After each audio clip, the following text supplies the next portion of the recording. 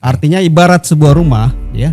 Ini fondasinya sudah kokoh, dindingnya kokoh, tapi atapnya masih ada yang bocor nih. Ini ujian sebetulnya oleh pemerintahan Prabowo Gibran. Jadi secara umum masih bagus. Dibilang sabar, ini ujian. Ya. Oke. Oke. Sebetulnya di masa pemerintahan Pak Prabowo Gibran di 1 tahun pertama belum ada tantangan yang luar biasa. Ini kan juga masih jauh ya. Jangan memikirkan partainya dulu, tetapi coba pikirkan mengenai kebesaran bangsa ini. Jadi kalau jadi skandal politik mungkin akan lebih cepat selesai. Sehingga pada akhirnya orang tidak merasa selalu kekurangan. Yang susah itu kan bukan biaya hidup, tapi gaya hidup. Nah, itu dia, cocok.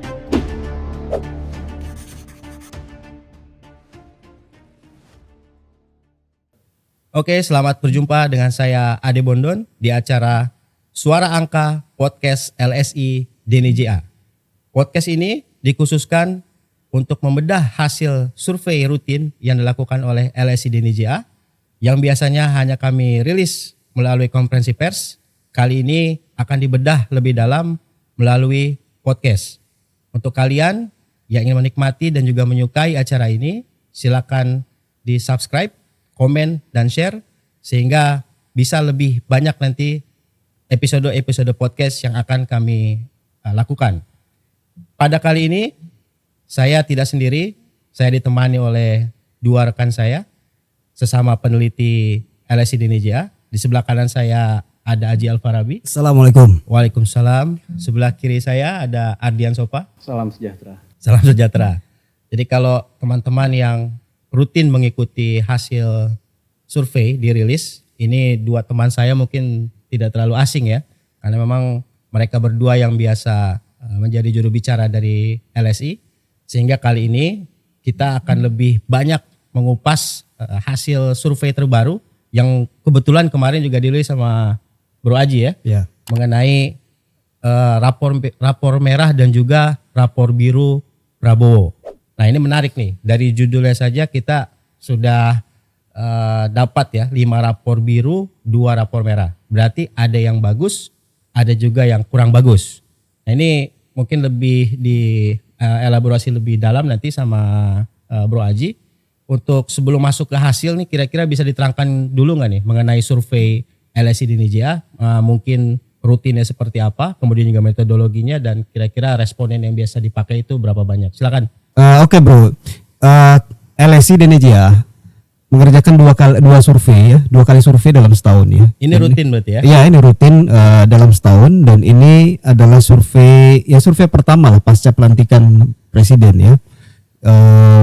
Dan dalam setiap survei yang dikerjakan LSI, kita selalu menanyakan berbagai isu publik ya. Isu publik itu baik dari isu pemerintahan, isu sosial budaya, isu pemerintahan, isu keamanan ya, hukum dan lain-lain. Jadi banyak isu yang kita coba elaborasi dari survei yang kita kerjakan ya. Dan salah satu temuan penting dari survei yang kita kerjakan yang kemarin sudah kita rilis ya, 2 minggu yang lalu kita rilis secara resmi ke media, kita dengan satu kesimpulan besar ya, bahwa di awal pemerintahan Prabowo Gibran ya, 7 bulan ya, 6 sampai 7 bulan ya, 7 bulan pemerintahan Prabowo Gibran, dari 7 aspek yang kita uji ya, 5 ada kita bisa berikan rapor biru untuk pemerintahan Prabowo Gibran. Tandanya berarti baik. Ya baik, dan 2 rapor merah ya. 5 rapor biru ini adalah sektor-sektor yang kita tanyakan persepsi ke masyarakat, bagaimana kemudian mereka menilai beberapa aspek yang ini kemudian berhubungan dengan kinerja pemerintahan. Satu, aspek sosial budaya ya. Kemudian kedua, aspek penegakan hukum. Ketiga, aspek keamanan ya. Keempat, aspek ekonomi secara makro. Ekonomi makro. Ya, dan yang kelima, aspek ada 5 aspek ya, politik ya. Politik. Aspek politik. Jadi 5 aspek ini yang kita uji, dan tingkat kepuasannya rata-rata di atas 50%. Di atas ya. 50%. Ini menunjukkan ya, karena 5 aspek ini adalah aspek penting dan aspek paling basic ya.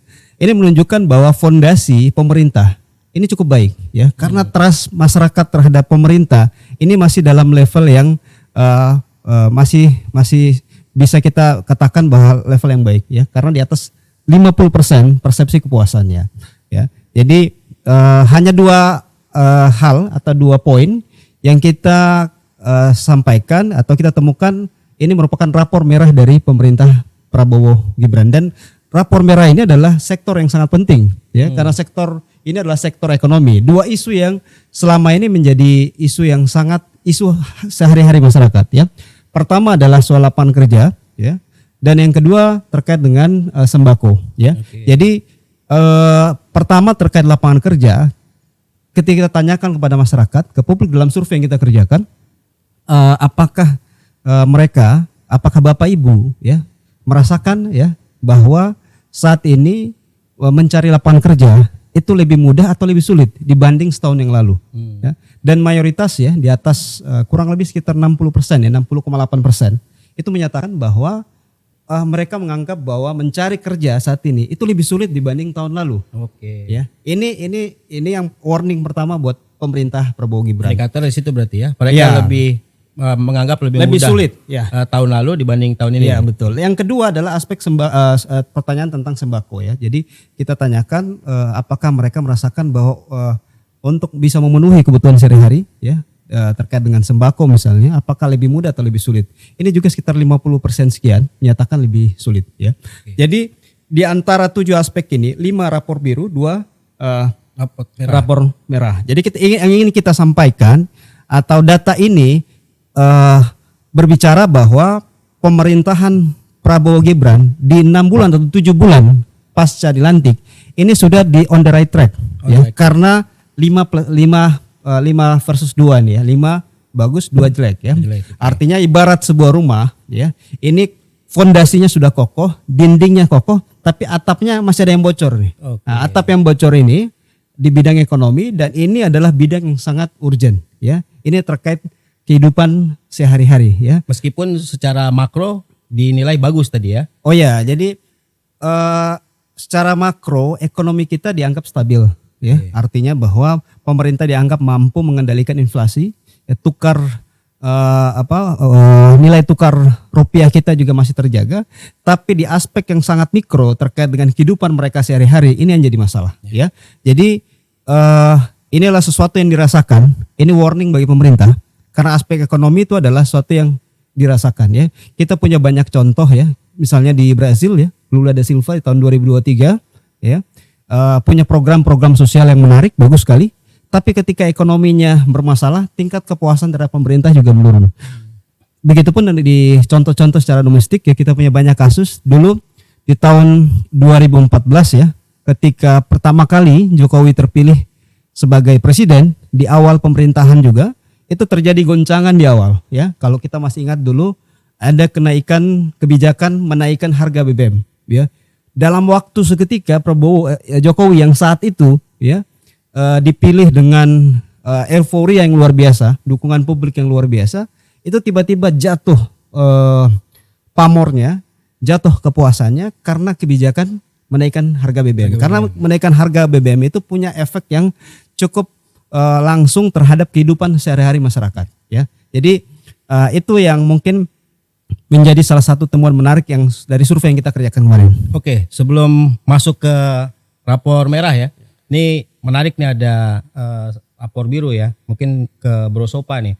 Kalau kita lihat di hasil survei mungkin nanti bisa ditayangkan juga datanya ya. Mengenai rapor biru salah satunya adalah kepuasan di sektor ekonomi.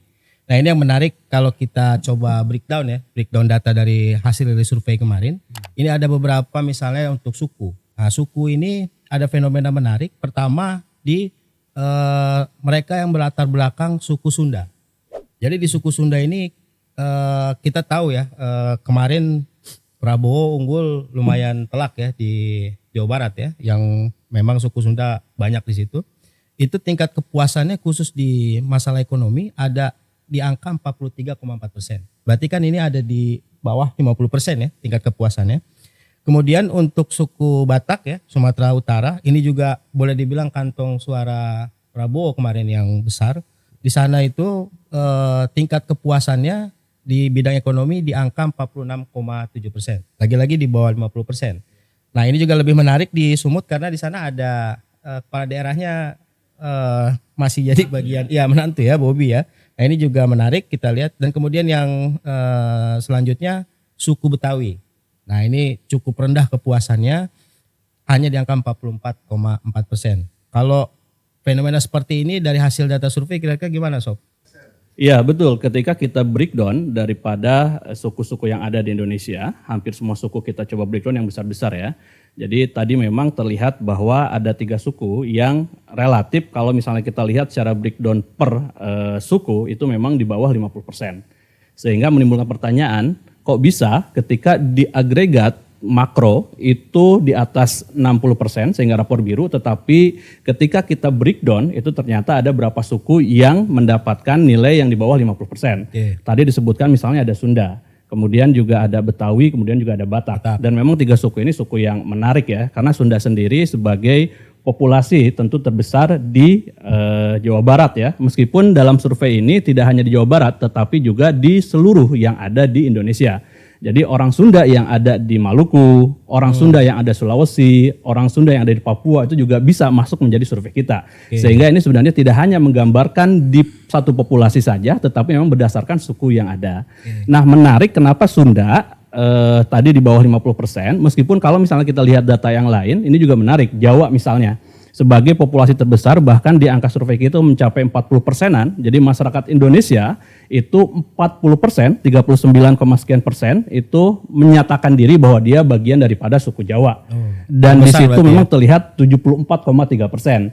Sehingga memang kenapa agregatnya tadi di atas 60% karena memang ada agregat. Nah menarik ketika berbicara Sunda, mengapa ini Sunda, kalau misalnya kita mau analisa lebih dalam ya, kenapa Sunda, padahal tadi disebutkan bahwa Sunda ini sebagai lumbung suara daripada Prabowo Gibran di Pilpres yang lalu.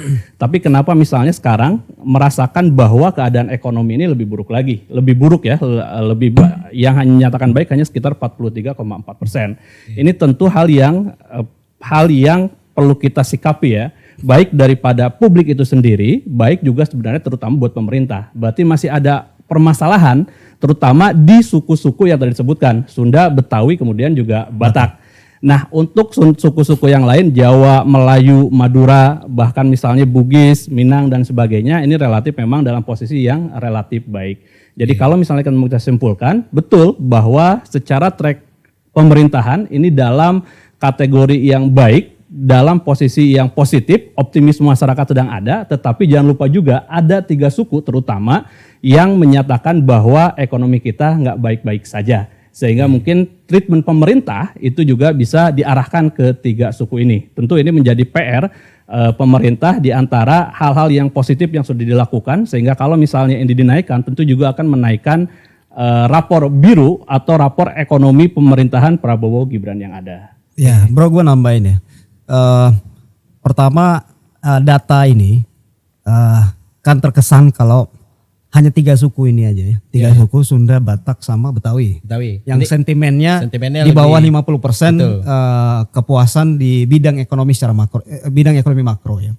Tapi memang secara fair nanti kita lihat di survei berikutnya sehingga kita bisa lihat trackingnya. Kalau memang secara konsisten 2 atau 3 kali survei menunjukkan hasil yang sama, konsisten ya, bahwa di etnis Betawi, Batak dan Sunda terjadi fenomena yang sama, artinya tingkat kepuasan untuk ekonomi makro itu memang di bawah 50%, berarti memang kita harus mencari jawaban lebih dalam ya. Tapi saya pikir 2 hal selain yang tadi disampaikan oleh Bro Sopa ya.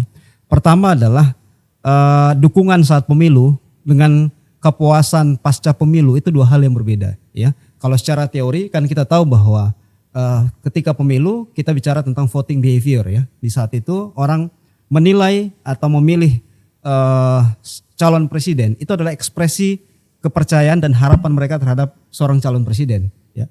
Tapi pasca pemilu itu persoalan yang lain. Itu adalah reaksi mereka terhadap kebijakan-kebijakan yang dibuat oleh presiden. Ya, jadi ini 2 hal yang berbeda. Artinya bukan berarti kemudian ketika dukungan di saat pemilu tinggi kemudian akan sama tingkat kepuasan pasca pemilu. Disitulah ujian bagi pemerintahan Prabowo Gibran ya, karena kepuasan yang tinggi, dukungan yang tinggi, ekspektasi yang tinggi itu selalu akan dibarengi dengan satu kecemasan atau kegelisahan. Ketika kemudian istilah dalam psikologi politik kita tahu high expectation, slow delivery, maka bisa menimbulkan kecemasan atau kecewaan yang lebih cepat. Itu kayak orang pacaran tuh ya. Ya, betul. Ininya tinggi, Harapan ekspektasi tinggi nggak iya. taunya cuma Ya, oke. betul. Oke. Faktor yang kedua, kita tahu suku-suku ini sebetulnya banyak tinggal di wilayah perkotaan, ya. Di Jakarta ya, tentunya Betawi, Sunda banyak juga tinggal di Jakarta, etnis kedua terbesar setelah Jawa di Jakarta, ya. Kemudian kota-kota besar kayak Depok, Bekasi, ya, Bogor, ini mayoritas suku Sunda ya. Batak juga demikian ya, banyak tinggal di Jakarta, di kota-kota besar, di Sumatera Utara mungkin di Medan ya. Dan ciri khas pemilih atau masyarakat yang tinggal di perkotaan, memang mereka lebih sensitif terhadap isu-isu ekonomi ya. Ekspektasi mereka terhadap ekonomi pasti lebih tinggi dibanding masyarakat yang biasa. Sehingga saya pikir data itu menunjukkan bahwa memang betul yang disampaikan oleh Bro Sopa tadi. Ini alarm bagi pemerintah bahwa ada sebagian segmen etnis yang memang masih menunjukkan bahwa tingkat kepuasan masih di bawah 50%. Iya. Ya pasti ekspektasi mereka tinggi ya. Khususnya misalnya Batak, Sumatera Utara. Ya. Bukan cuma presiden ya Prabowo, tapi kan gubernurnya juga dipilih dari menantunya Jokowi juga ya. Nah, mungkin ini juga yang tambah kekecewaan dia juga nih di Sumatera Utara ini. Ya betul ya, karena harapannya mungkin ya dengan memilih pemimpin atau gubernur yang merupakan menantu Pak Jokowi, mungkin harapan masyarakat di sana bahwa kebijakan-kebijakan nasional itu lebih banyak menyentuh masyarakat Sumatera Utara ya. Okay. Tapi landscape politik nampaknya berbeda pasca pemilu, bukan Jokowi lagi yang berkuasa, sekarang Presiden Prabowo ya. Tentunya hubungannya pasti berbeda ya. Walaupun kita tahu bahwa Prabowo memenangkan Pilpres kemarin salah satunya dukungan terbesar dari Presiden Jokowi ya. Endorse yang kita lihat mungkin secara tidak langsung terhadap Presiden Prabowo sehingga memenangkan pemilu ya. Tapi itu mungkin ekspektasi yang tinggi juga dari masyarakat dari Sumatera Utara ya. Atau bisa juga kalau lihat dari sosiologis, Sunda Betawi itu kan agak-agak mirip sebenarnya. Agak-agak mirip dalam artian dia seringkali suka humor lah. Kita tahu misalnya orang Sunda itu kan kemana-mana suka dia suka ngebodor. Sama juga dengan suku Betawi nih kan. Suku Betawi. Betul. Memang agak beda dengan suku Batak. Kalau Batak ini kan mohon maaf ya, tapi seringkali orang memperlihatkan karakternya keras. Tetapi kan kalau misalnya kita lihat ini ternyata ada di 3 suku ini ya. Dan kalau misalnya kalau misalnya kita gali lebih dalam, apakah mungkin ini berhubungan dengan gaya kepemimpinan Prabowo yang tadi disebutkan tadi oleh Bro Aji bahwa ini berbeda nih. Kalau kemarin Prabowo selain misalnya dengan visi misi dia, program dan sebagainya, dia juga menyampaikan hal-hal yang seakan-akan gimmick, tetapi itu sebagai sebuah yang disukai oleh masyarakat. Nah, pasca pemerintahan kan relatif dalam tanda kutip gimmick-gimmick itu agak hilang tuh. Apakah itu juga bisa menjadi faktor? Joget-jogetnya hilang. Joget-jogetnya hilang. Atau misalnya kira-kira apa sih yang harus diperbuat oleh Prabowo ini, Pak Prabowo dengan Mas Gibran ini, sehingga juga tidak kehilangan pangsa pasar yang suka dengan hal-hal yang tidak terlalu serius, tetapi juga efektif. Dan kalau kemarin-kemarin itu kan dengan gemoynya dia, itu kan masuk tuh di benak di masyarakat Sunda maupun juga di Betawi misalnya strategi kampanyenya masuk lah. Betul. Itu yang tadi mungkin yang kita bahas soal voting behavior ya. Kalau pasca pemilu kan udah masuk ke post election evaluation ya. Jadi orang akan melihat evaluasi bukan lagi performa personalnya tapi performa kebijakan ya. Itu yang mungkin akan dilihat oleh publik. Jadi ini ujian sebetulnya oleh pemerintahan Prabowo Gibran. Jadi secara umum masih bagus. Dibilang sabar, ini ujian. Ya. Oke. Yang menarik tadi selain suku ya, kalau kita lihat cross tab juga kemarin hasil surveinya, ini berkaitan dengan usia pemilih. Jadi kalau dilihat dari hasil survei ini, masyarakat generasi milenial yang berumur sekitar 28 sampai 43 tahun, kemudian juga ada baby boomer di atas 60 tahun.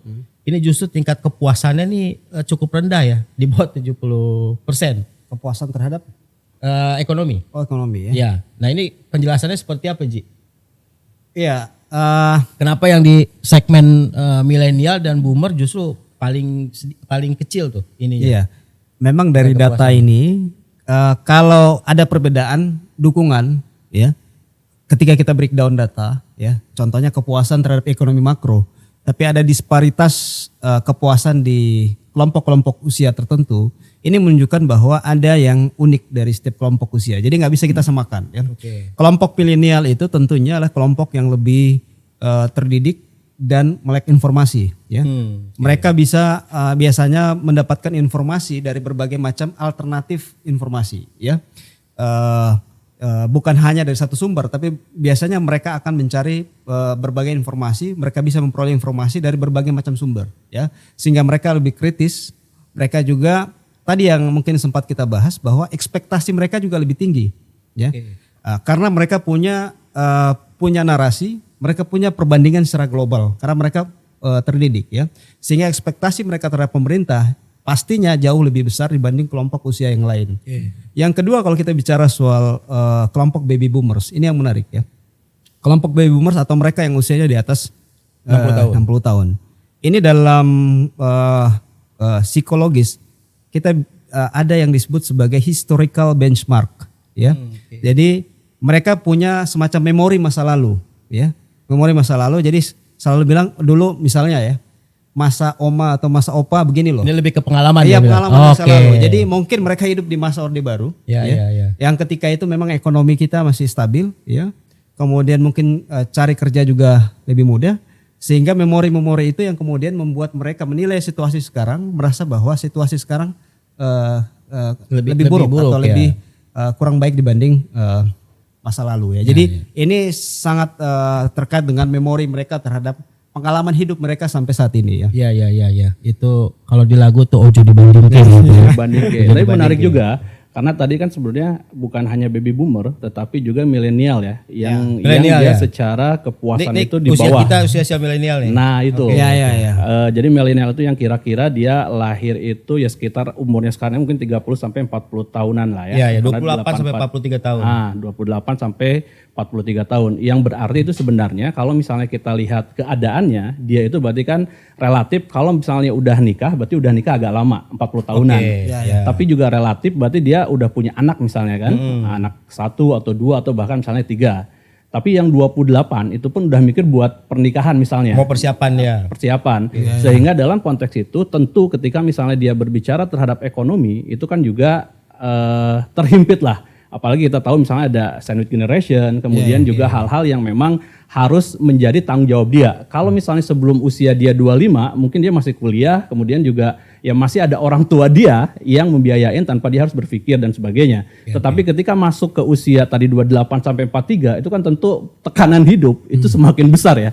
Dia harus mikir untuk nikah, dia harus mikir untuk membeli rumah, dia harus mikir untuk cari pekerjaan yang lebih baik. Sehingga dalam kategori itu tentu dia merasa bahwa keadaan sekarang secara makro mungkin baik-baik saja. Tetapi secara mikro apalagi tadi disebutkan misalnya ketika dia berbicara cari pekerjaan kok tambah sulit sih misalnya. Dan ini juga sebenarnya pekerjaan kalau saya kita menangkap itu bukan hanya dia mencari pekerjaan baru tetapi juga seringkali orang yang dia sudah punya pekerjaan tetapi juga ingin yang lebih baik. Sehingga pastilah ketika kita tanyakan apakah mencari pekerjaan buat ibu bapak atau saudara-saudari itu lebih susah kemarin atau sekarang? Tentu dia jawab lebih susah sekarang misalnya kan. Karena itu bukan hanya mencari pekerjaan baru tapi juga pekerjaan yang lama tetapi belum mencukupi untuk kehidupan dia karena memang biaya dia juga semakin naik. Betul itu. Kemudian yang kedua juga konteks daripada pemenuhan kebutuhan barang pokok. Kita tahu bahwa inflasi terus ada misalnya kan.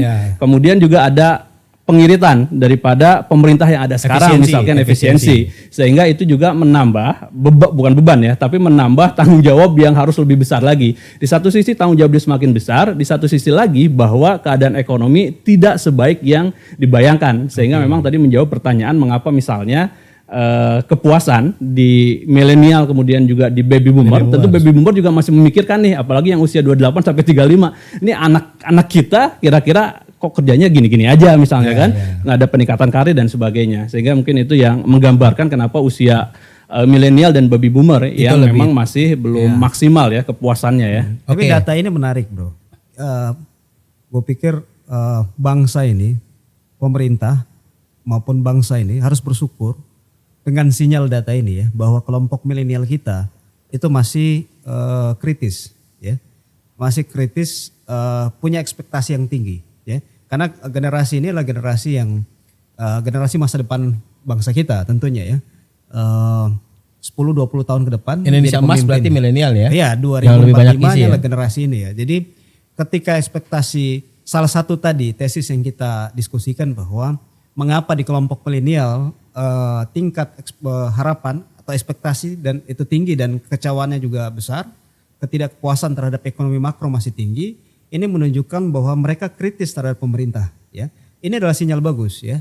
Artinya bahwa ini kemudian menjadi pemicu bagi pemerintah untuk bisa menyiapkan satu konsep dan program ekonomi yang bisa lebih menyentuh kelompok-kelompok generasi milenial. Dan kalau kita lihat dari berbagai survei yang kita kerjakan selama ini, kelompok milenial itu memang satu isu yang paling penting adalah isu lapangan kerja, ya. Dan ekonomi salah satu isu penting adalah lapangan kerja. Artinya bahwa isu lapangan kerja ini harus menjadi betul-betul menjadi fokus dari pemerintahan Prabowo Gibran. Dan kita tahu waktu kampanye kemarin banyak sekali janji kampanye dari Presiden Prabowo terkait dengan janji-janji di bidang ekonomi ya. Ya. Oke, tadi setelah suku kemudian juga ada usia ya. Nah ini juga temuan yang menarik selanjutnya. Cross step dari pilihan partai. Ya. Nah di kemarin ini di data survei yang dirilis, justru pemilih partai koalisi Kim Plus ini tadi dari PKS ya, PKS, Demokrat, kemudian P3 dan Gelora, ini tingkat kepuasannya, ini khususnya terkait kondisi politik. Politik itu di bawah 60%. Nah kemudian PDIP yang notabene posisinya di luar koalisi, ini tingkat kepuasannya di atas 60%. Nah ini gimana rasionalisasi dari data kemarin ini? Ya, sekali lagi kadang data itu kalau kita breakdown ya, memang kita harus lihat konsistensinya nanti ya di survei berikutnya. Oke. Kalau 2-3 kali kemudian menunjukkan konsistensi yang sama, bahwa misalnya di pemilih PDIP ternyata kepuasan di bidang politik tetap lebih tinggi dibanding partai-partai koalisi pemerintahan, berarti ada sesuatu yang perlu kita gali lebih dalam ya. Tapi secara singkat kalau kita lihat data ini, karena data itu biasanya dia menggambarkan situasi saat itu ya. Kita melakukan survei di akhir saya pikir di akhir Mei ya 2025. Di akhir Mei 2025, ingat kondisinya adalah kondisi politik kita lumayan stabil ya. Pasca pemilu Presiden Prabowo Gibran didukung oleh mayoritas koalisi partai ya. Beberapa partai yang awal yang berseberangan kemudian masuk menjadi bagian dari koalisi pemerintahan Prabowo Gibran ya, termasuk misalnya PKB ya, dan ya PKB yang besar ya. Dan kita tahu PDIP walaupun belum masuk ya, belum masuk ke dalam koalisi pemerintahan, tapi kita lihat intensitas pertemuan antara Prabowo dan Ibu Megawati ya, kemudian kita tahu banyak tokoh-tokoh di antara kedua partai ini yang saling yang kemudian bertemu. Ini menunjukkan bahwa ada semacam rekonsiliasi nasional ya. Jadi saya melihat bahwa pertemuan Prabowo dengan Ibu Mega, kemudian silaturahmi antara tokoh-tokoh Gerindra ya, misalnya kemarin Bang Dasko ya ketemu dengan Ibu Mega, Mbak Puan ya. Ini kemudian bisa mempengaruhi opini publik secara umum, termasuk di konstituen PDIP ya. Jadi data itu menunjukkan bahwa di pemilih PDIP sendiri melihat bahwa ada semacam kepercayaan terhadap pemerintahan Prabowo ya. Itu nilai positif yang bisa kita lihat ya, walaupun memang pasti ya bukan hanya di pemilih PDIP tapi di semua pemilih partai ini saat ini mereka masih wait and see ya. Wait and see karena pemerintahan baru jalan belum sampai setahun, kemudian stabilitas politik kita terjaga ya. Koalisi partai ya memang ini minusnya adalah ada yang mengatakan bahwa ini kita mengalami defisit oposisi ya, karena gak banyak, tidak ada oposisi kayaknya sekarang ini. Partai misalnya kayak PDIP yang kalah pemilu pun punya hubungan yang baik dengan pemerintah.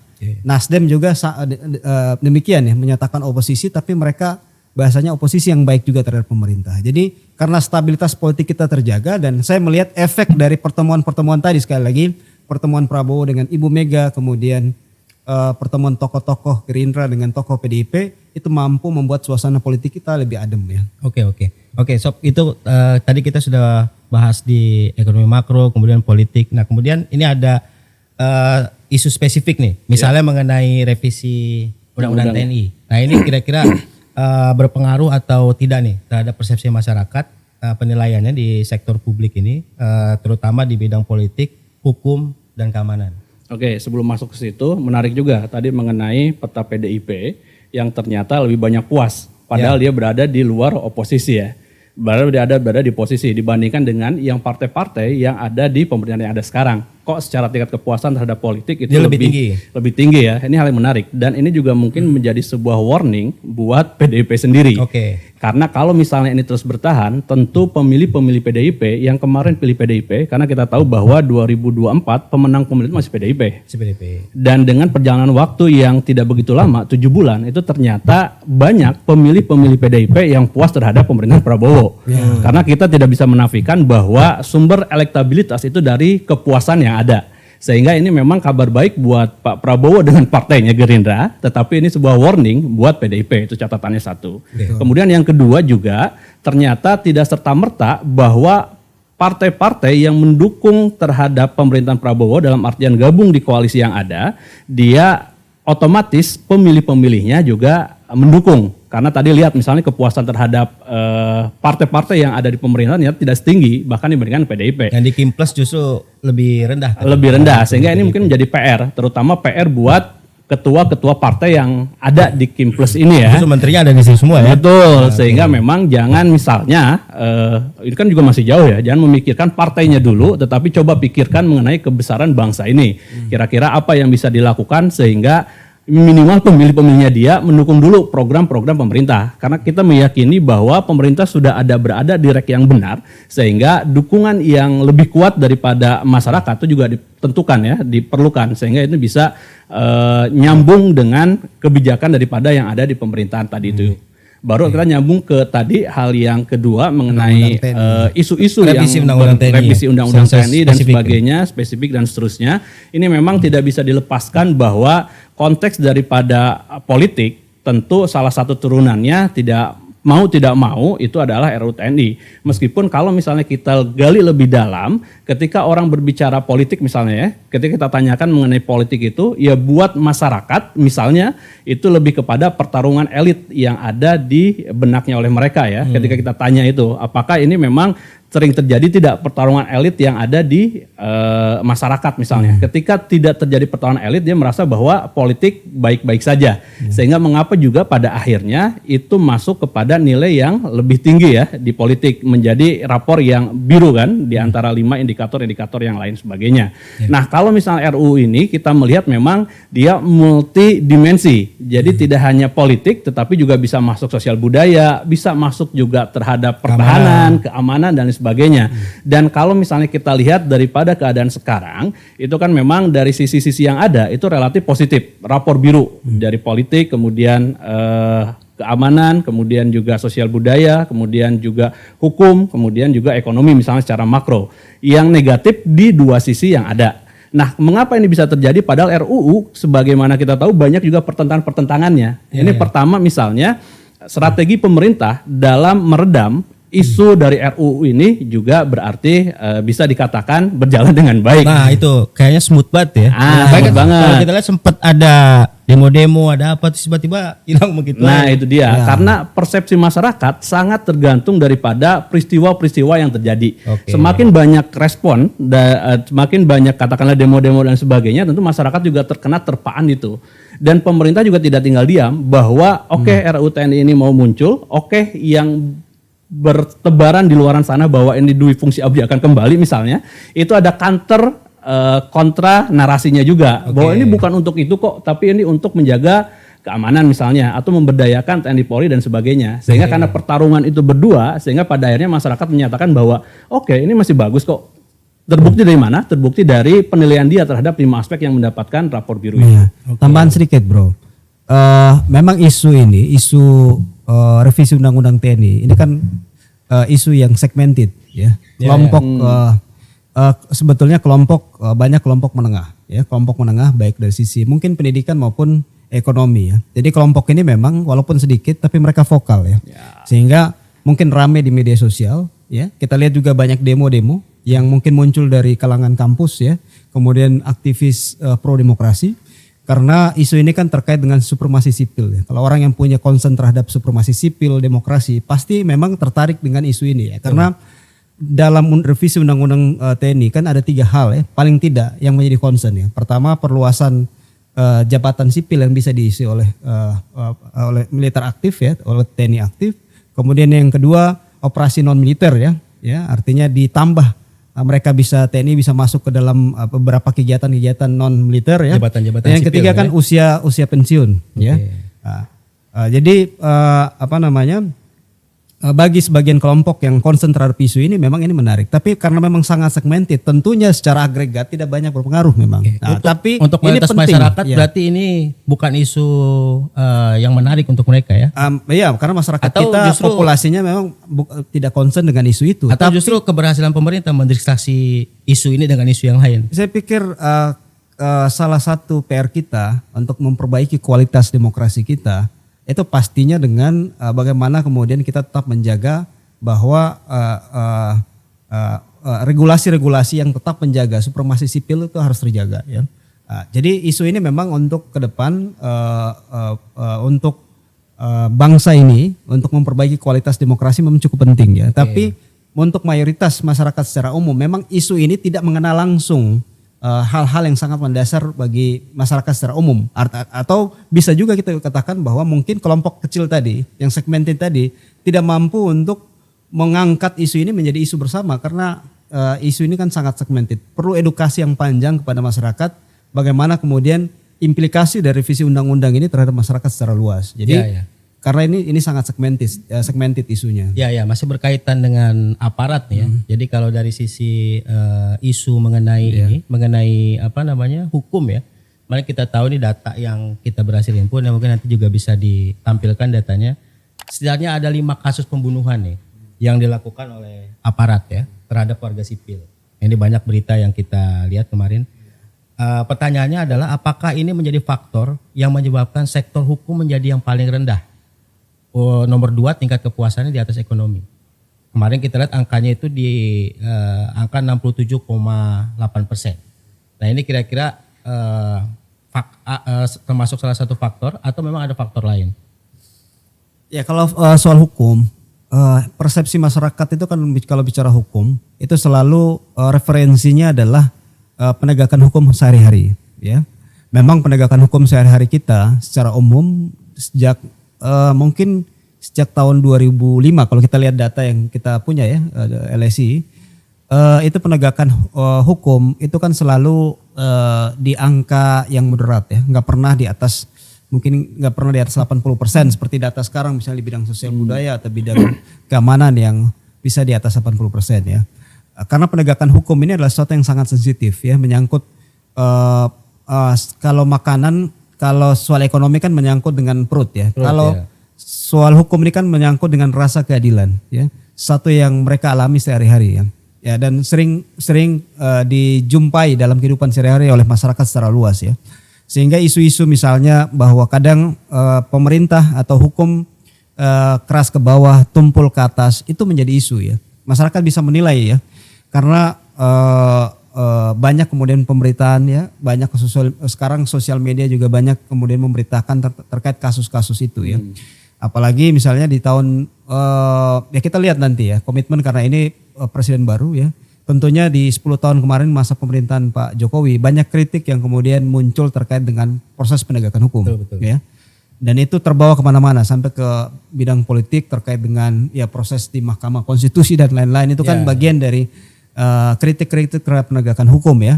Jadi saya melihat bahwa kasus-kasus itu bukanlah, memang kita nggak bisa melihat hanya beberapa kasus, tapi ini adalah kumpulan persepsi publik terhadap apa yang terjadi sehari-hari di masyarakat. Mungkin kalau di sektor penanganan korupsi, ini kalau kita lihat mungkin sudah bagus ya. Karena sekarang kan banyak juga yang sudah diungkap, kemudian juga di proses ya, yang tingkat korupsi yang besar-besar itu di masa Prabowo.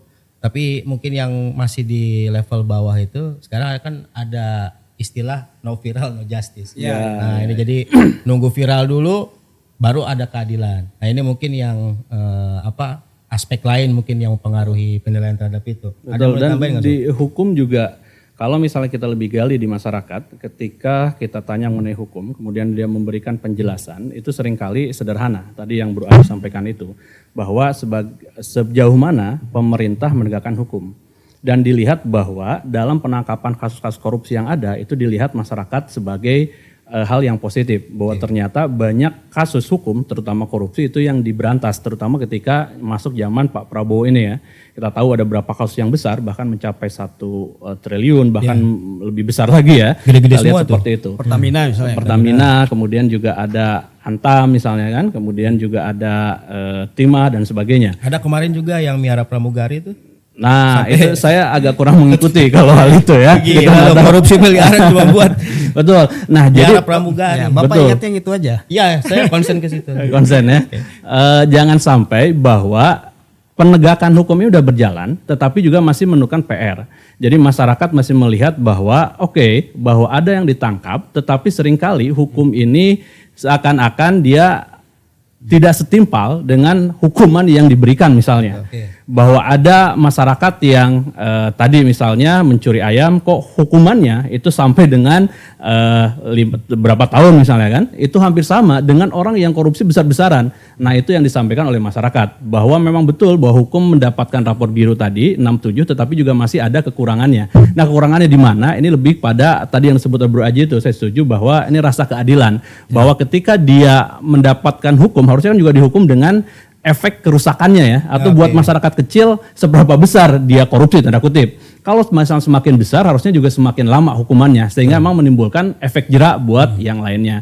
Jadi sederhana buat masyarakat bahwa bukan hanya penangkapan korupsi-korupsi dan kasus-kasus yang lain tetapi juga secara efek jeraknya juga ditingkatkan sehingga Penegakan memang ini hukumnya juga ke arah-arah yang lain juga berefek ya, efek positif.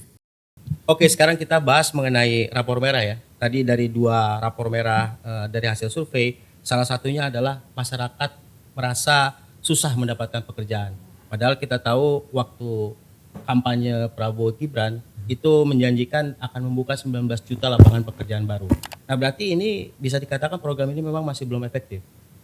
Iya jelas ya.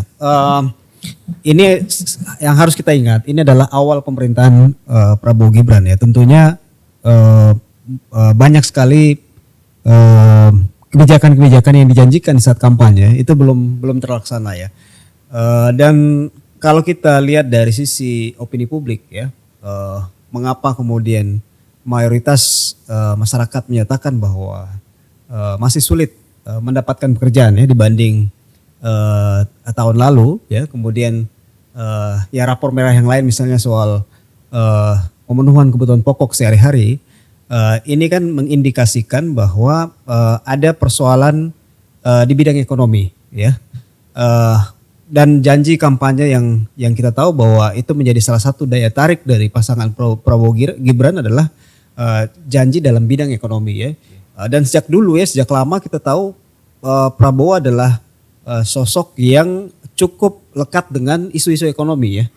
Dulu waktu Pilpres 2024 ya, waktu ketika Prabowo berhadapan dengan Pak Jokowi. Ya, isu-isu ekonomi memang sudah kental melekat di image Pak Prabowo ya, bahkan sejak pemilu sebelumnya ya, ketika pertama kali berhadapan dengan Pak Jokowi tahun 2014 ya. Jadi isu ekonomi ini memang isu yang kemudian menjadi salah satu fokus, dan kita tahu bahwa tema Pilpres 2024 kemarin salah satu tema utamanya adalah isu ekonomi ya. Jadi janji-janji itu kemudian sekarang kan pasca 6 bulan masa pemerintahan Prabowo Gibran, tentunya masyarakat akan melihat sejauh mana kemudian janji itu diimplementasikan. Memang terlalu dini kalau kita melihat bahwa seberapa jauh program ini berjalan. Tapi jangan lupa bahwa banyak sekali program-program utama yang dijanjikan memang ini masih dalam tahap awal implementasi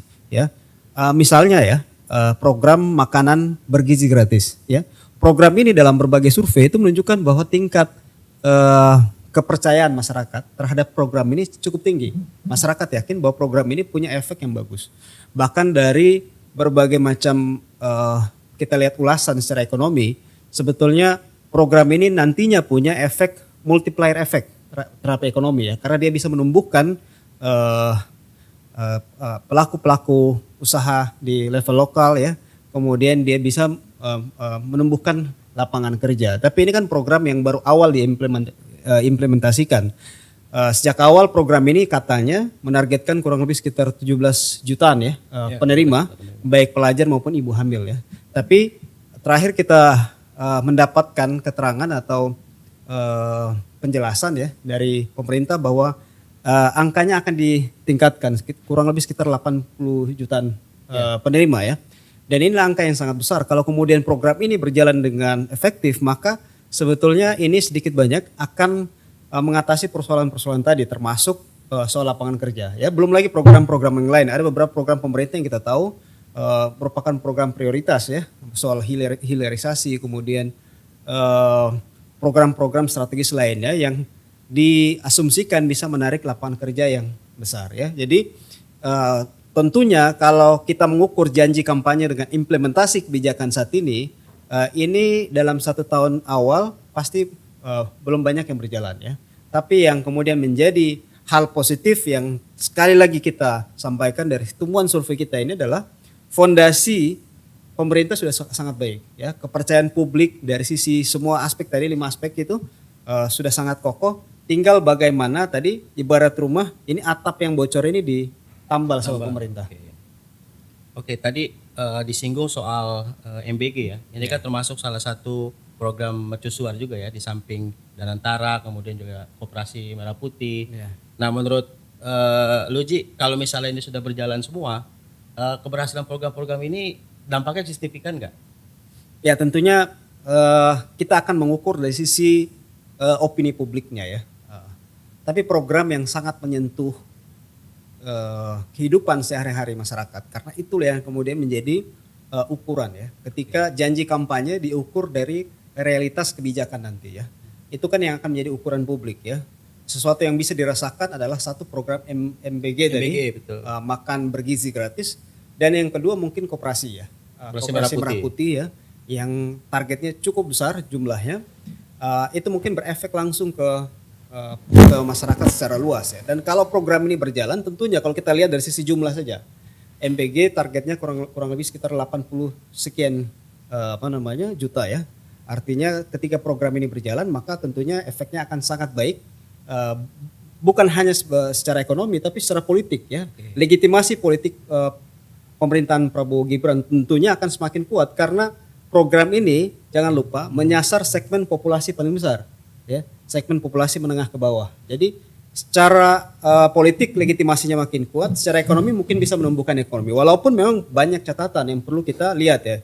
Banyak sekali analisa-analisa yang kemudian disampaikan oleh para pakar ekonomi bahwa bagaimana kemudian program ini bisa bertahan karena program ini mengambil jumlah fiskal yang cukup besar ya. Porsinya besar. Porsinya cukup besar ya. Ada efisiensi kurang lebih 300 triliun dari efisiensi anggaran.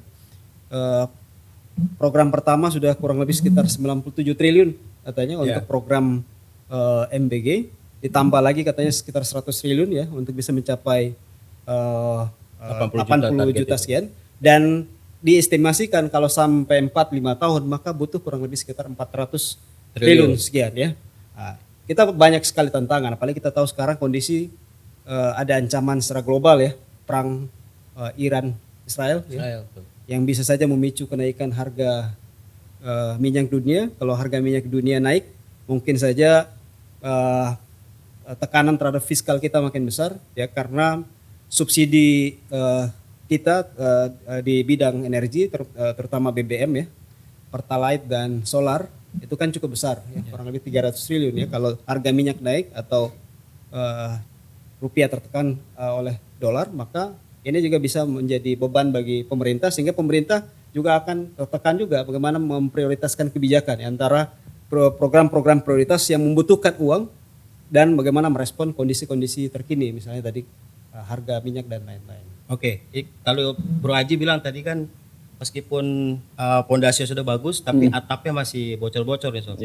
Akhirnya kan ada 2 rapor merah. Tapi yang menarik, kenapa masyarakatnya masih puas dengan Prabowo Gibran? Kalau kemarin kita lihat datanya sampai 81%. Nah itu kira-kira fenomena apa itu? Ya, pertama bahwa perbedaan antara kesukaan kemudian juga dengan kepuasan tentu itu adalah hal yang bisa kita pisahkan ya.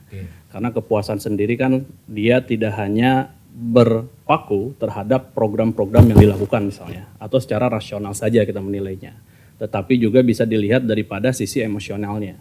Termasuk juga ketika kita lihat dari tadi Bung Aji sebutkan misalnya ada voting behavior ya. Bahwa masyarakat Indonesia ini kan tidak hanya pemilih-pemilih rasional, tetapi juga ada pemilih-pemilih emosional. Yang bahkan itu juga jumlahnya lebih banyak dibandingkan dengan yang rasional misalnya ya.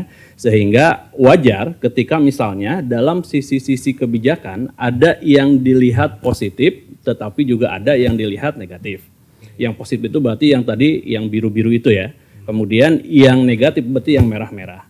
Dan ini saya sepakat bahwa pentingnya survei ini kan ingin melihat bahwa bagaimana perjalanan pemerintah yang ada sekarang ini. Dan itu menjadi tanya-tanya publik yang besar.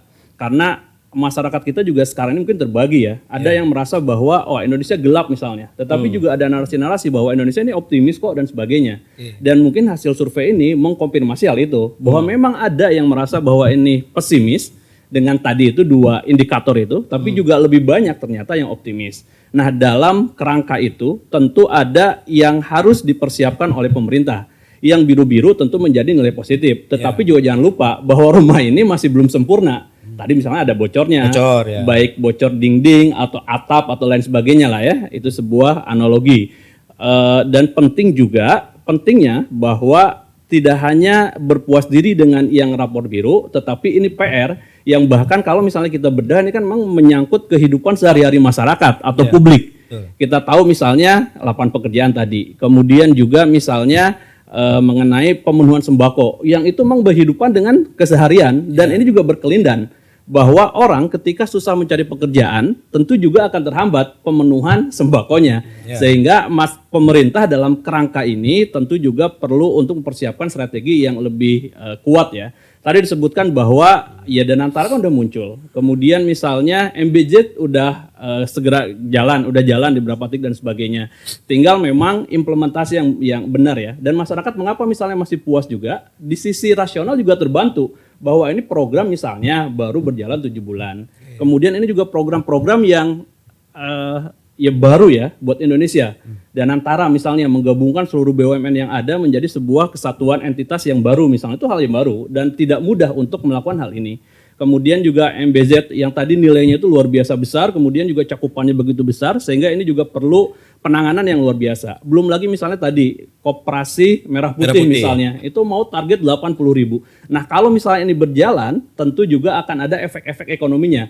Terutama misalnya bayangkan ketika 80.000 koperasi, meskipun secara teknikal nanti kita bicara lebih dalam ya, tetapi secara sederhana bahwa 80.000 koperasi, taruhlah misalnya satu koperasi itu ada 10 pengurus misalnya, minimalnya 10 sampai 15, kan 10 berarti kan udah 800.000 lapangan pekerjaan tuh.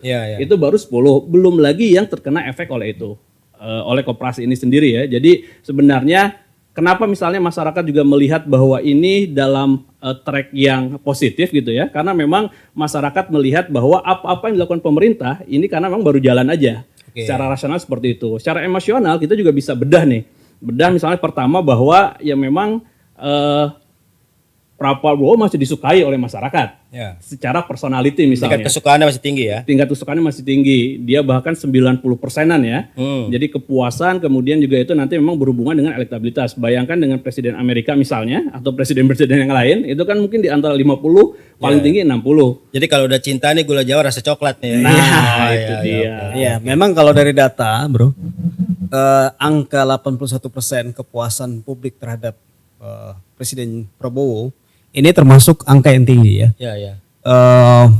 Kalau kita lihat data secara global, ya tadi betul presiden Amerika itu kepuasan publiknya, kinerjanya di bawah, approval ratingnya ya itu di bawah 50% ya. Kemudian kayak Macron di Prancis juga di bawah 50%. Bahkan dulu Jokowi kalau nggak salah periode pertama juga 100 harinya itu ya. Iya, dulu approval ratingnya juga di bawah 50%. Dan itu memang salah satu pemicu utama adalah karena approval di bidang ekonomi ya. Saat itu yang tadi mungkin sempat kita singgung Ya, bahwa kenaikan BBM tadi. kenaikan Salah BBM di satunya. awal pemerintahan Pak Jokowi itu mampu menggerus kepuasan publik terhadap Pak Jokowi saat itu di tahun 2014 ya. Oke. 2019 di periode Pak Jokowi di periode kedua, Pak Jokowi menghadapi tantangan yang lain ya. Waktu itu kita tahu bahwa revisi undang-undang tenaga kerja Omnibus Law waktu itu Law, ya, Oke. cukup sangat rame waktu itu juga sedikit mengguncang stabilitas politik dan mengganggu kepuasan terhadap Pak Jokowi ya. Di tahun 2009 ketika Pak SBY baru pertama terpilih, isu soal Bank Senturi juga menguat saat itu ya. Jadi sebetulnya di masa pemerintahan Pak Prabowo Gibran di 1 tahun pertama belum ada tantangan yang luar biasa ya. Dan kita belum ada juga kasus-kasus atau kebijakan, pilihan-pilihan kebijakan, terutama kebijakan di bidang ekonomi yang kemudian bisa menggerus kepuasan terhadap Pak Prabowo. Jadi kita melihat sebetulnya Pak Prabowo sekarang, Pak Prabowo Gibran di 1 tahun pertama ini di tantangannya sebetulnya tidak terlalu berat ya. Sehingga kita lihat wajar kepuasannya masih cukup tinggi ya. Bahkan kalau kita lihat di negara-negara lain ya, gak banyak presiden yang tingkat kepuasan di tahun pertama cukup baik ya. Tadi kita sempat singgung di Brasil ada Lula da Silva ya, punya program-program sosial yang bagus, tapi ketika ada isu ekonomi itu bisa menggerus tingkat kepuasan. Atau misalnya di kasus kalau kita baca beberapa berita, misalnya di El Salvador ya, di Amerika bagian tengah ya, Presiden Nayib Bukele ya, itu tingkat kepuasannya juga sama di atas 80%, walaupun pertumbuhan ekonomi hanya sekitar 2,5% ya. Kemudian atau Putin di Rusia ya, tingkat kepuasan di atas 80% ya. Memang ada sisi-sisi di mana performa personal atau citra personal itu mampu menjadi benteng terhadap performa kebijakan. Oke. Ya, jadi itu salah satu kuncinya ya. Tadi Tingkat persepsi. sempat disinggung juga ya mengenai kebijakan-kebijakan seperti Danantara dan lain-lain. Yeah. Ini 81% kan merasa bahwa Indonesia ini sedang berada di jalur yang benar. Nah, ini berarti masyarakat ini menganggap kebijakan ini sudah on the right track atau misalnya kinerja para menteri yang memang bagus. Menurut Aji atau Sofa seperti apa ini? Ya, seringkali kita dari pengalaman pemerintahan ya, ada yang mengatakan bahwa 1 tahun pertama 6 bulan sampai 12 bulan itu adalah honeymoon period ya. Masa honeymoon ya? Masa honeymoon, masa bulan madu ya, Masih antara pemilih dan sayang-sayangnya pemimpin itu ya? yang dipilih Oke. ya. Jadi pemilih masih memberikan kepercayaan, masih memberikan harapan, percaya bahwa pemimpin yang dipilihnya itu punya itikat untuk bisa menepati janjinya. Tapi ini karena soal waktu ya. Jadi 6 sampai 12 bulan ini adalah waktu yang normal. Hampir semua pemimpin memang mengalami itu ya. Di mana masyarakat masih wait and see, melihat apa kira-kira kebijakan yang akan dilakukan. Tapi harus diingat bahwa ada 2 hal yang bisa mempercepat proses bulan madu ya. Satu, kalau terjadi tadi ya, ada kebijakan-kebijakan ekonomi yang tidak populer ya, misalnya yang dialami oleh Pak Jokowi waktu periode pertama tahun 2014 ya, atau yang kedua misalnya terjadi skandal politik atau kasus politik ya, yang mungkin kita tahu dulu di tahun 2014 ya, di penghujung tahun 2014 ini terjadi pada Partai Demokrat misalnya ya, skandal politik ya, terjadi beberapa kasus korupsi misalnya yang melibatkan tokoh-tokoh penting Partai Demokrat, sehingga itu menggerus kepercayaan publik bukan hanya ke Partai Demokrat tapi kepada Pak SBY waktu itu ya. Jadi sepanjang tidak ada 2 kasus ini ya, kasus ada kondisi ekonomi masih stabil dan tidak ada misalnya kebijakan ekonomi yang kemudian tidak populer ya, atau yang kedua skandal politik, maka mungkin legitimasi pemerintah tidak akan tergoyahkan ya. Oke, selain 2 itu Sob, Gua membayangkan ini kan dalam terminologi tadi bahwa ini dalam bulan madu politik, Ya. 6-12 bulan ke depan misalnya kan. Kita bayangkan pasca 21 tahun misalnya, di atas 12 bulan, ternyata apa-apa yang menjadi rencana Pak Prabowo itu tidak terlaksana. Oke. Misalnya MBZ yang tadi diperkirakan MBG ya, MBZ nama jalan. nama jalan ya. Untung masih berjalan itu kan. MBG tadi juga salah berarti MBG. Kita revisi ya. Apa sama jet Mirip Ya, mirip. Jadi bayangkan ketika itu tidak terlaksana. Satu. Kemudian yang kedua, Karena kemungkinan gagalnya besar juga itu ya. nah itu dia. Makan porsi fiskalnya besar banget soalnya. Nah itu dia, di sisi fiskal juga sama, kemudian juga dari sisi teknikal juga kan luar biasa Ya. rumit dan sebagainya. Kemudian kita bicara misalnya tadi, dan antara juga misalnya. Oke. Apakah setelah dia menghimpun ini, Indonesia punya sebuah institusi yang benar-benar kuat secara ekonomi misalnya, itu bisa jadi pertanyaan. Yang ketiga juga misalnya tadi, Koperasi Merah Putih misalnya. Bayangkan ketika kita tidak berharap gagal ya, tetapi kan kita coba skenario terburuk kalau misalnya terjadi, sehingga mungkin Pak Prabowo juga bersiap-siap karena ya bukan kita merencanakan kegagalan ya, tetapi coba kita merencanakan kesuksesan dengan ada skenario kegagalan, sehingga aspek daripada nanti kegagalan itu bisa agak lebih dieliminir. Dan bayangan saya, karena ini berhubungan dengan isu ekonomi yang sekarang ini menjadi primadona, bahkan di bulan-bulan sebelumnya, di Pilpres juga dan sebagainya, dan bahkan kalau misalnya kita survei di setiap daerah itu, pasti nomor satunya kan ekonomi. Ya. Kalau nggak lapangan pekerjaan ya sembako. Itu hampir di semua survei yang kita lakukan. Sehingga ini tentu menjadi tantangan berat daripada pemerintahan yang sekarang. Oke. Dan ini bukan hanya tanggung jawab Pak Prabowo sebenarnya, tetapi juga tanggung jawab ya rakyat Indonesia, termasuk juga menteri-menterinya tadi itu. Sehingga jangan sampai bahwa keberhasilan ini diklaim banyak orang, tetapi nanti kegagalan yang juga hanya disalahkan ke Pak Prabowo. Menurut saya itu juga harus dalam kacamata yang adil ya. Meskipun ya segala sesuatunya kan dari pemimpin ya. Ketika pemimpinnya itu bisa melakukan dengan secara benar dan tidak, itu tentu menjadi rel yang bisa dipegang. Dan ini survei ini bisa menjadi salah satu indikator karena kita melihat bahwa sesuatu yang tidak ada ukurannya itu kan tidak layak kita hargai sebenarnya.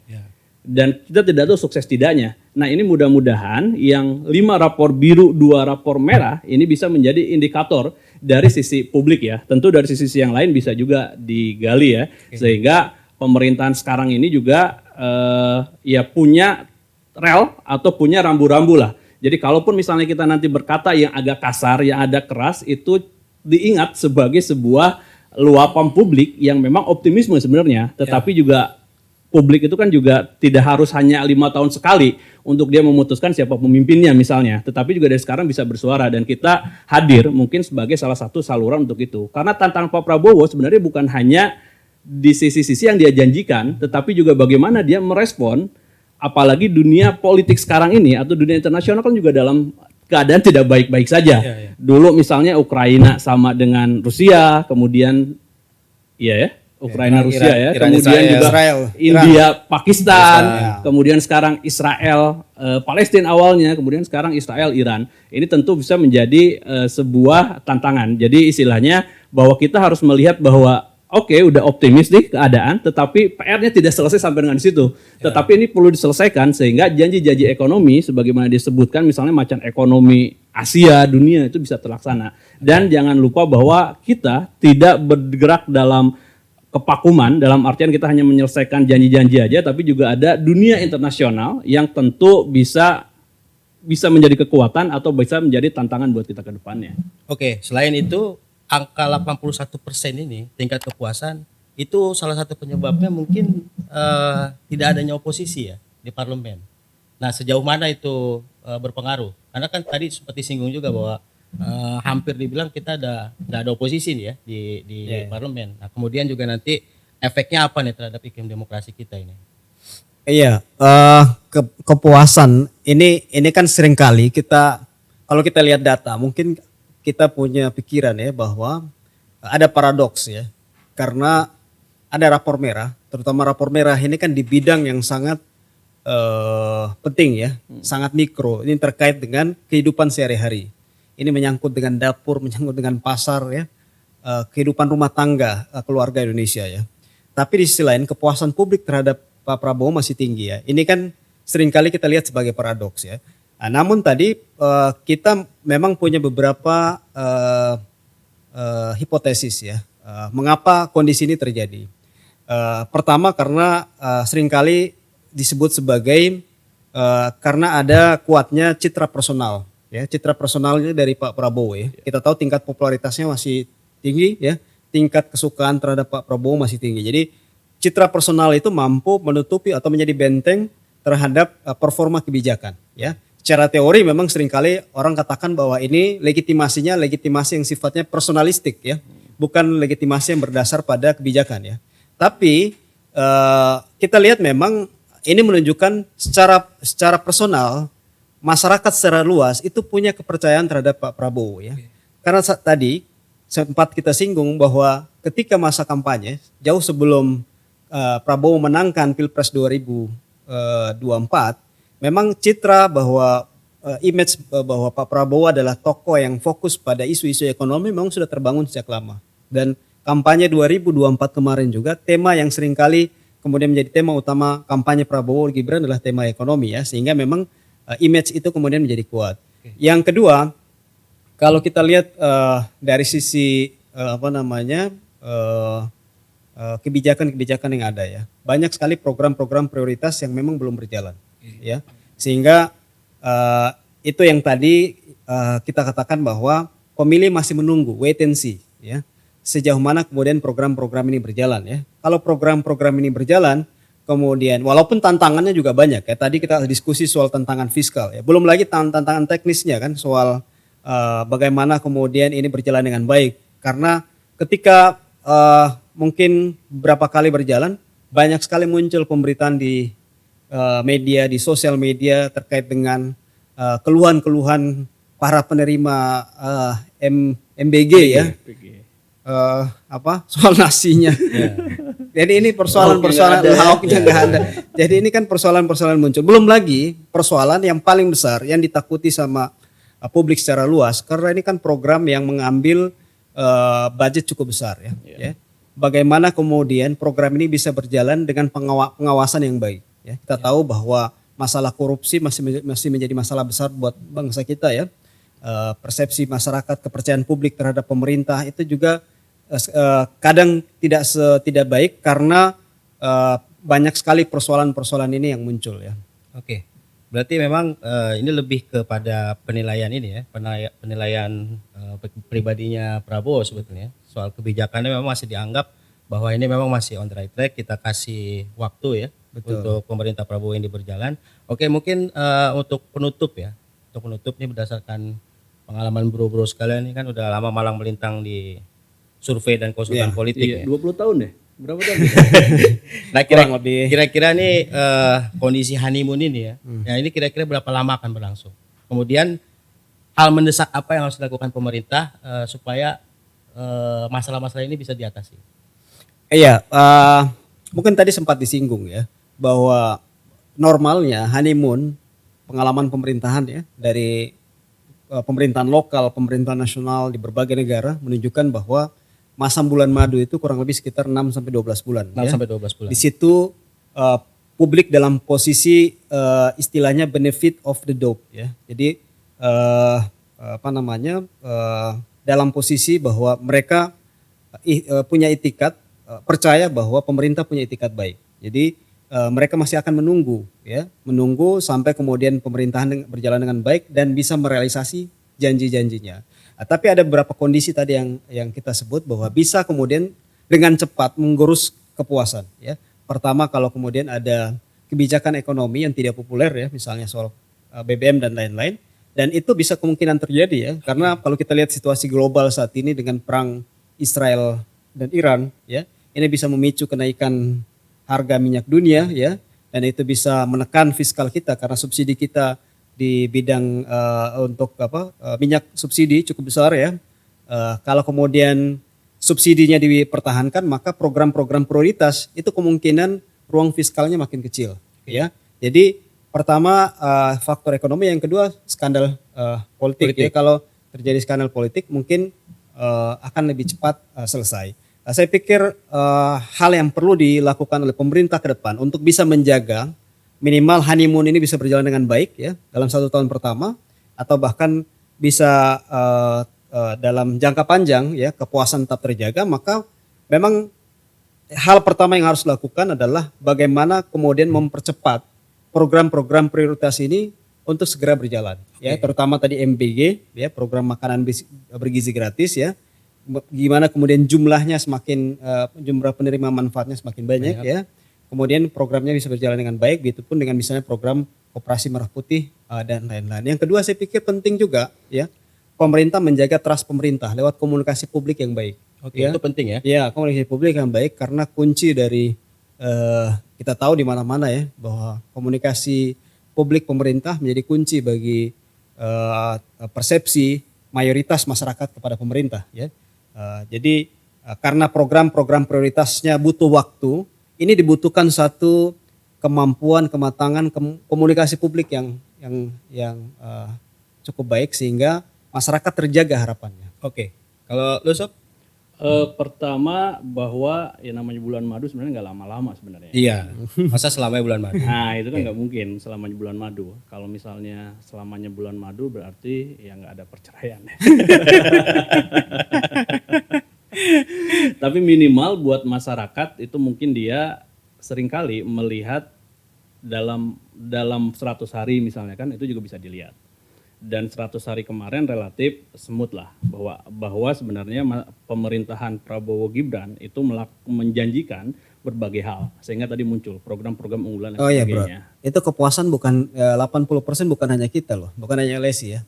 Kita lihat data Kompas ya, data lembaga lain juga indikator ya juga sama ya. Jadi kepuasan publik memang di atas 80%. Iya, Artinya berarti menunjukkan hasil yang sama. hal sama ya, berarti memang ya itulah kejadiannya ya, bahwa memang Pak Prabowo masih dicintai atau masih dipercaya ya. Jadi kalau misalnya ada yang protes-protes ya mungkin bagian dari 20% itu. Tapi 80%-nya. Tapi 20% itu harus dihargai. Oh itu iya, bagian.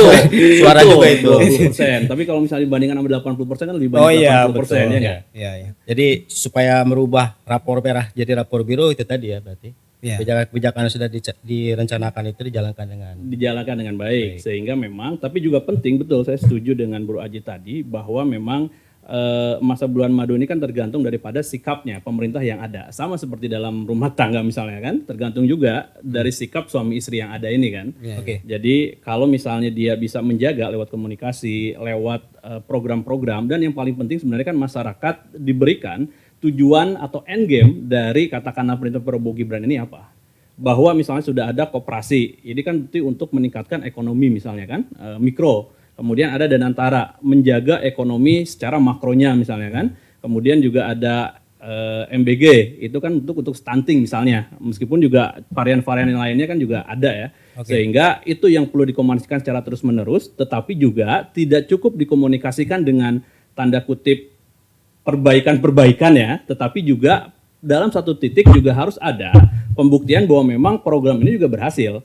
Jadi jangan sampai pemerintah juga ya coba-coba terus misalnya kan, bahwa ini berdalih bahwa ini kan masih percobaan, ini masih rencana, ini masih ini. Soalnya juga negara ini kan sebenarnya juga dengan penuh fasilitas dan sebagainya, dengan dukungan publik yang penuh, ini juga dalam berbagai banyak hal bisa dilaksanakan. Satu. Yang kedua, apa yang perlu dilakukan oleh pemerintahan Prabowo Gibran, menurut saya ada satu hal yang paling penting. Karena tadi dilihat bahwa bocornya ini kan di atap. Masalah pekerjaan, lapangan pekerjaan, kemudian masalah sembako misalnya kan. Dan dua hal ini kan tadi saya sebutkan bahwa ini hal yang berhubungan. Bahwa orang susah sembako karena memang secara pekerjaan juga susah. Tetapi ketika kita gali pekerjaan ini itu ternyata bukan hanya orang yang susah mencari pekerjaan, tetapi juga ada banyak orang yang sudah punya kerjaan tapi ingin menaikkan salarinya. Taraf hidupnya juga Taraf hidupnya. Tetapi ini juga ada persoalan. Persoalannya adalah banyaknya gaji, tingginya gaji itu juga seringkali juga habis-habis juga. Karena Sedikit inflasi. habis, banyak juga habis. Sehingga apa yang perlu dilakukan oleh pemerintah sedikit sebenarnya kurang banyak pun habis sebetulnya. nah itu dia. Sehingga ini perlu dilakukan, dan menurut saya ini juga sangat penting dilakukan oleh seluruh elemen masyarakat, yaitu literasi keuangan sebenarnya. Bahwa ketika dia udah memahami literasi keuangan, dan ini juga perlu menjadi PR daripada pemerintah, selain literasi politik, literasi keuangan juga penting, bahwa ya sebenarnya kan kehidupan kita ini ada standar minimal yang butuh diperoleh ya. Ketika standar minimalnya sudah terpenuhi, kan dia sebenarnya sudah sejahtera. Tapi ketika rasa greed itu muncul, nah itu menjadi persoalan. Nah, tinggal memang bagaimana pemerintah mensosialisasikan selain literasi politik misalnya, kepentingan pemerintah juga, literasi keuangan juga, sehingga pada akhirnya orang tidak merasa selalu kekurangan. Yang susah itu kan bukan biaya hidup, tapi gaya hidup. Nah, itu dia, cocok. Oke. Aduh, ini kayaknya waktu kita udah habis ya. Padahal masih banyak yang mau diomongin. Iya, mungkin nanti di episode selanjutnya kita elaborasi lagi data-data. Masih banyak kan data survei? Oh, masih. Dan ini nanti ke depan banyak tema-tema menarik yang bisa kita bahas ya. Ya, oke, pasti kita kulik lagi. Ini baru 7 indikator, Pak. Kita ada berapa kalau survei itu 400-an ya? Ini baru kulitnya aja nih, baru kulitnya. Oke, teman-teman sekalian, untuk episode kali ini kami cukupkan sampai di sini. Sekali lagi tidak ada tendensi apapun dari kami. Kami hanya mengawal pemerintahan Prabowo Gibran sebagai pilar kelima demokrasi, lembaga survei dan juga konsultan politik. Supaya lebih cakep, podcast ini akan saya tutup dengan pantun. Cakep. Paling enak makan semangka, Cakep. tapi lebih enak makan pepaya. Cakep. Kalau Anda suka dengan suara angka, tunggu episode kami selanjutnya. Wassalamualaikum warahmatullahi wabarakatuh. Waalaikumsalam warahmatullahi wabarakatuh.